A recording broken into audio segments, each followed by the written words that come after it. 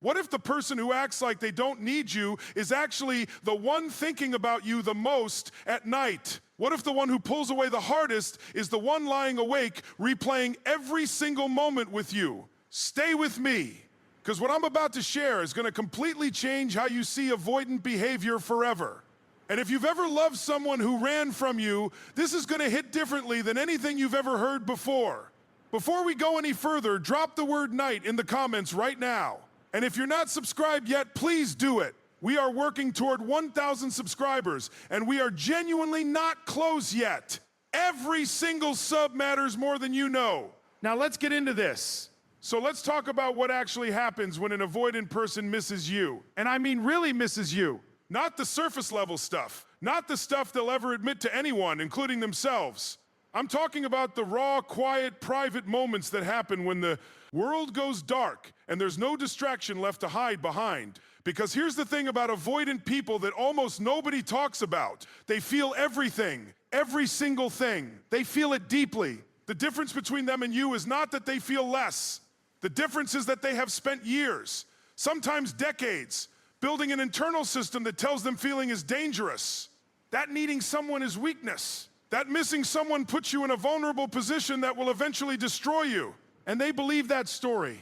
They have lived inside that story for so long that it feels like the truth. So, when they miss you, when they genuinely ache for you, they don't reach out. They don't call. They don't text. They do something else entirely. And that something else is what we are going to talk about today. Let's start from the beginning so you really understand what's happening inside this person's mind. The avoidant person in your life, whether that's an ex, a partner who keeps pulling away, or someone who runs hot and cold with you, did not become avoidant because they are broken or bad or incapable of love. They became avoidant because at some point in their early life, probably very early, love came with a cost. Maybe the people who were supposed to love them were inconsistent, sometimes warm, sometimes cold, sometimes there, and sometimes completely gone. Or maybe expressing need was met with dismissal. Cry and get ignored. Ask for comfort and get told to toughen up. Show vulnerability and watch the person you love pull away from you. So their nervous system did what nervous systems do. It adapted. It learned. It said, okay, I see how this works. If I need people, I get hurt. So I will stop needing people. I will become the person who doesn't need anything from anyone. I will become self-sufficient. I will become the person who is always fine. And they got really good at it. So good that even they started to believe it. They walked through, their days feeling independent and in control. And when someone gets close, when someone starts to matter, something in them gets triggered. That old alarm system goes off. It says, danger. This person is getting too close. If you let them in completely, you will be destroyed when they leave. So push them away before they can leave on their own. And they do. They pull back. They go cold. They create distance. They find reasons to be busy, reasons to be irritated, reasons why this relationship is moving too fast, or why they just need space. And you, standing on the other side of that wall, wonder what you did wrong. You didn't do anything wrong. Their wall was built before you got there. But here's where it gets interesting. Here's what nobody is telling you about what happens inside the avoidant person after they've pushed you away, or after you've finally walked away, or after another night has gone by where they acted like you don't matter to them. The sun goes down, the distractio, NS run out, the phone gets quieter, the work is done, the podcast ends, the show is over, and they are alone with themselves. And that's when it starts. The first thing that happens is something they don't even recognize as missing you at first. It shows up as restlessness. They can't settle. They move from room to room. They pick up their phone and put it back down. They open their fridge and close it without taking anything. They feel a low-grade discomfort that they can't quite name. And they don't want to name it because naming it means admitting something. They are not going to admit it yet. So they try to outrun it. They scroll through their phone. They put on something to watch. They try to distract themselves into numbness. And sometimes it works for a while. But then something happens. A song comes on that reminds them of you. Or they see a meme you would have found funny. Or they read something and their first instinct is to send it to you. And for just a second, before the W, all goes back up. They feel it. They feel the pull towards you. And that pull terrifies them. Because for an avoidant person, longing is not just an emotion. It is evidence of vulnerability. And vulnerability in their internal world is the beginning of pain. So they feel that pull, and then they do something very specific. They turn toward anything that replaces it. They will reach out to someone else, not because that person matters, but because the contact quiets the ache temporarily. They'll text a friend. They'll respond to someone who's been in their messages. They'll scroll dating apps, not because they're looking, but because looking gives them a feeling of control that longing does not. This is not them moving on. This is them managing. This is them doing what they have always done, which is choosing the illusion of control over the reality of emotion. But here's the part that people miss. While they're doing all of that, while they're distracting and managing and deflecting, a part of them is thinking about you. It is not the loud part of their mind. It is the quiet part, the part that they don't let speak very often. And that part is doing a very specific thing at night. It is replaying. Avoidant people, when they miss someone, replay moments. They don't think about the future with you, because thinking about the future means allowing hope, and hope means risk. But the past feels safer because it already happened, and they can't be hurt by it anymore. So they go back there. They replay the good moments, the specific ones. Not the big dramatic ones, but the small, quiet ones that snuck through their defenses when they weren't paying attention. The way you laughed at something unexpected. The time you sat together in comfortable silence, and it felt like something they had never let themselves have before. The conversation that went deeper than they meant to let it go. The moment where you looked at them in a way that made them feel genuinely seen. Those moments live inside them, and at night, when the armor is down just a little bit, they go back to those moments. They don't reach out, but they go back there. And then they do something else that is so quietly heartbreaking that I want you to really hear this. They check on you without contacting you. They look at your social media. They watch your stories. They look at your profile not to engage, but to see, to know you're there, to confirm that you exist and that you are okay, and that they haven't completely lost access to you, even if they are the one who created the distance, even if they are the one who pulled away. They still look, because here's what avoidants want that they will almost never ask for. They want proximity without vulnerability. They want to feel close to you from a safe enough distance that they won't get hurt. They want the warmth of you without having to risk the exposure that comes with truly reaching for you. So they hover, they orbit, they watch from a distance, and they tell themselves it doesn't mean anything. They tell themselves they're just curious. They tell themselves they're fine, and then they put the phone down and lie in the dark and the quiet gets loud. This is the moment. This is the moment where everything they've been pushing down all day starts to surface, and they lie there and they feel it. This mix of longing and fear and anger and grief. And the anger is actually important to understand. The anger is often directed at themselves, not at you, at themselves. Because on some level they know. They know what they did. They know they pulled away from something real. They know that the distance they created was protection, not wisdom. And there is a version of them lying there in the dark that hates the part of themselves that can't let people in. But hating that part of themselves doesn't change it overnight. And so they lie there in this complicated storm of feelings, and they don't reach out because reaching out feels like losing. And they don't know how to be in a relationship without keeping a part of themselves protected. And so they just stay in the storm alone, which is, when you think about it, the most avoidant thing of all. Staying alone in pain rather than risking connection, choosing the familiar hurt over the unfamiliar risk. That is the loop they live in, and they have been living in it long before you came along. Now I want to talk to you directly for a moment, because if you are watching this, there is a real person in your life who does this. And you have probably spent so much time trying to figure out how to reach them, how to say the right thing, how to make them feel safe enough to let you in. And I understand that impulse completely. When we love someone, we want to be the one who finally breaks through. We want to be the exception. We want to prove that love can be enough. And I need to be honest with you about something, because I think you deserve honesty more than you deserve comfort or. Right now, you cannot love someone out of avoidance. You cannot be consistent enough, or patient enough, or understanding enough to heal their attachment wounds for them. That is not how healing works. Their avoidance is not a test that you pass by trying harder. It is a deep pattern that lives inside their nervous system, and it can only change when they choose to look at it and do the work to change it themselves. What you can do is understand what's actually happening so that you stop personalizing it. Because here is the most important thing I'm going to say today. Their avoidance is not a reflection of your worth. It is a reflection of their wound. When they pull away, it does not mean you are not enough. When they go cold, it does not mean what you had wasn't real. When they can't reach out even though they're lying awake missing you, it does not mean they don't care. It means they are trapped. Trapped inside a pattern that was built to protect them, and that is now isolating them in the loneliest way imaginable. They are in a prison of their own construction, and they have convinced themselves the prison is safety. And here is the devastating irony.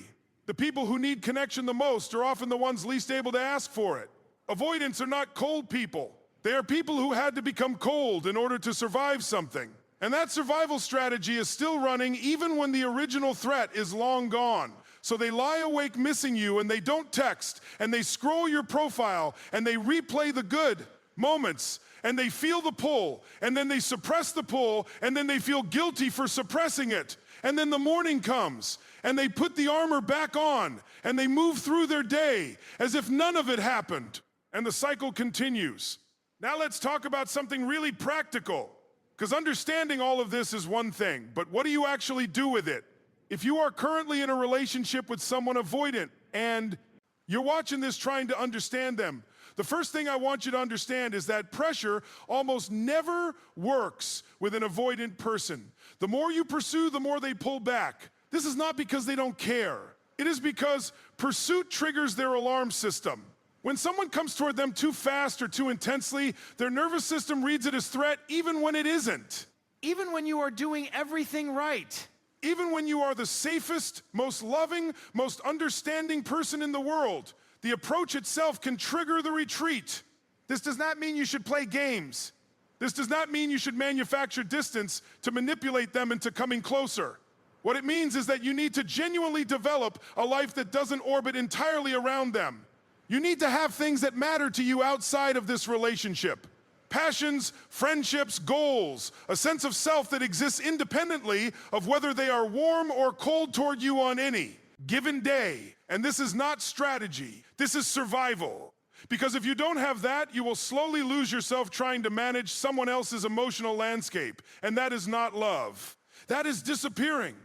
The second thing I want you to understand is that an avoidant person responds better to consistency over time than to grand gestures or intense conversations. They don't trust big emotional moments because big emotional moments have historically been followed by loss or disappointment in their experience. What builds trust with an avoidant person is quiet, steady, reliable presence. Being someone who says what they mean and means what they say. Being someone who doesn't suddenly flip or become unpredictable. Being someone whose mood and affection doesn't depend entirely on what the avoidant person does. That kind of stability is deeply attractive to an avoidant, even if they never tell you that. Even if they never thank you for it. Even if it seems like it's not landing. It is landing. It's just landing in a place they haven't opened yet. The third thing is about your own emotional expression. Avoidants often shut down in the face of high emotional intensity because their nervous system can't regulate the input. So if you've been having big emotional conversations with them, conversations that escalate quickly, that involve a lot of crying or anger or ultimatums, those conversations are likely triggering more retreat than opening. This doesn't mean you suppress your emotions. It means you find ways to express them that feel safer for both of you, calmer, more measured. You can be completely honest without being overwhelming. You can say, I miss you without saying, I need you to fix this right now. You can say this bothered me without saying you always do this and I don't know if I can keep doing this. The content is the same. The delivery changes everything. Now, if you are on the other side of this, meaning you have stepped back or walked away from an avocado, ident person, and you're watching this trying to understand what they might be feeling now, I want to speak to that too. Here is what is very likely happening in them right now. The moment you gave them real space, not strategic space, but actual distance where they genuinely felt your absence, something shifted. Because here's the thing about avoidance that seems counterintuitive until you understand the attachment dynamic. They often don't feel the real depth of their feelings until the relationship is actually at risk of being lost. When you were there and available and pursuing, their nervous system was in protection mode. The wall was up. The distance felt manageable. But when you actually stepped back, when you actually became less available, when you stopped being the person who always reached out first, their system recalibrated. And what they started to feel is the absence of something that mattered. That's when the nighttime replaying intensifies. That's when the checking our profile becomes more frequent. That's when the restlessness gets louder. Because the thing they were protecting themselves from feeling is now impossible to avoid. And they still might not reach out. That's the brutal truth. Even when the feeling is undeniable, the fear can be louder. The pattern is deeply ingrained. The thought of reaching out and being vulnerable, the thought of saying, I was wrong, or I miss you, or I made a mistake, that feels so enormous to them that they choose to stay in the discomfort of absence rather than risk the exposure of honesty. But some of them do reach out. Some of them reach the point where the longing becomes louder than the fear. And when they do, it is usually not with a big declaration. It is usually something small, a meme, a memory, Hey, I was thinking about this thing. something with plausible deniability, something they can retreat from if it doesn't go well. That small reach is not nothing. For an avoidant person, that small CH is enormous. It means they sat with their fear and did it anyway. It means something got through the wall. And what you do in that moment matters more than almost anything else in the dynamic. Because if you respond with relief so intense that it overwhelms them, if you immediately leap back into the level of emotional intensity that existed before, they will likely retreat again. The window is fragile, and it requires a gentleness that honors how hard it was for them to open it. You can be warm without being desperate. You can be glad without making them responsible for your emotional state. You can open the door without rushing through it. This is the skill, and it is genuinely a skill.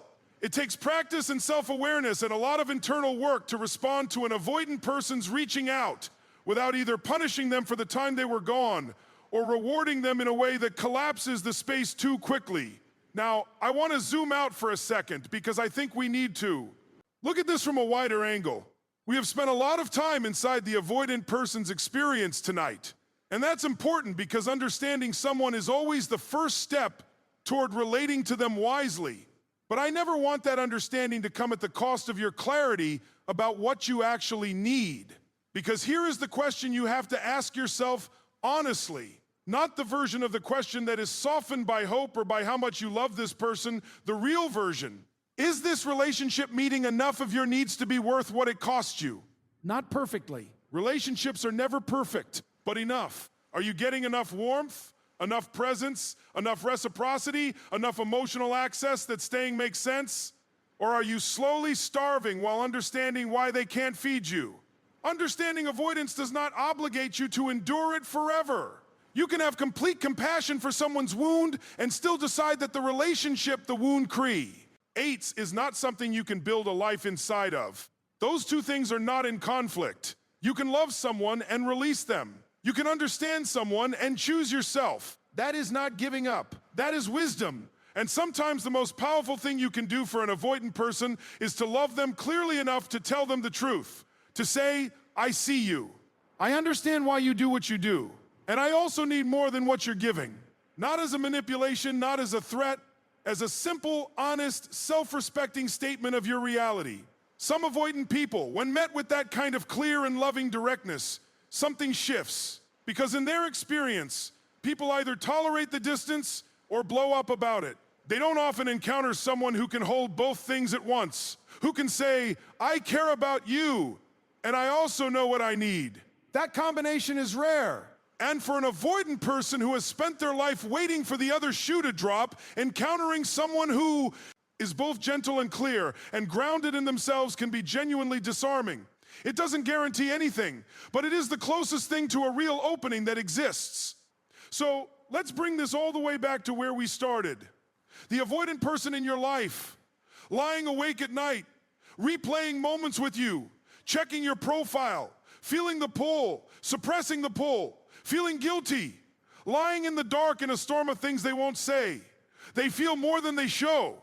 They miss more than they admit. They want more than they ask for. And they are, on some level, afraid of all of it.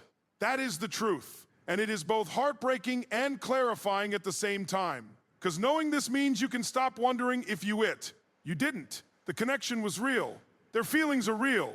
But real feelings and healthy relationship patterns are two different things, and only one of them is enough to build something lasting with. What you do with that knowledge is up to you. But now you or have it, and that changes things. If this gave you something today, share it with someone who needs to hear it, and leave that word in the comments.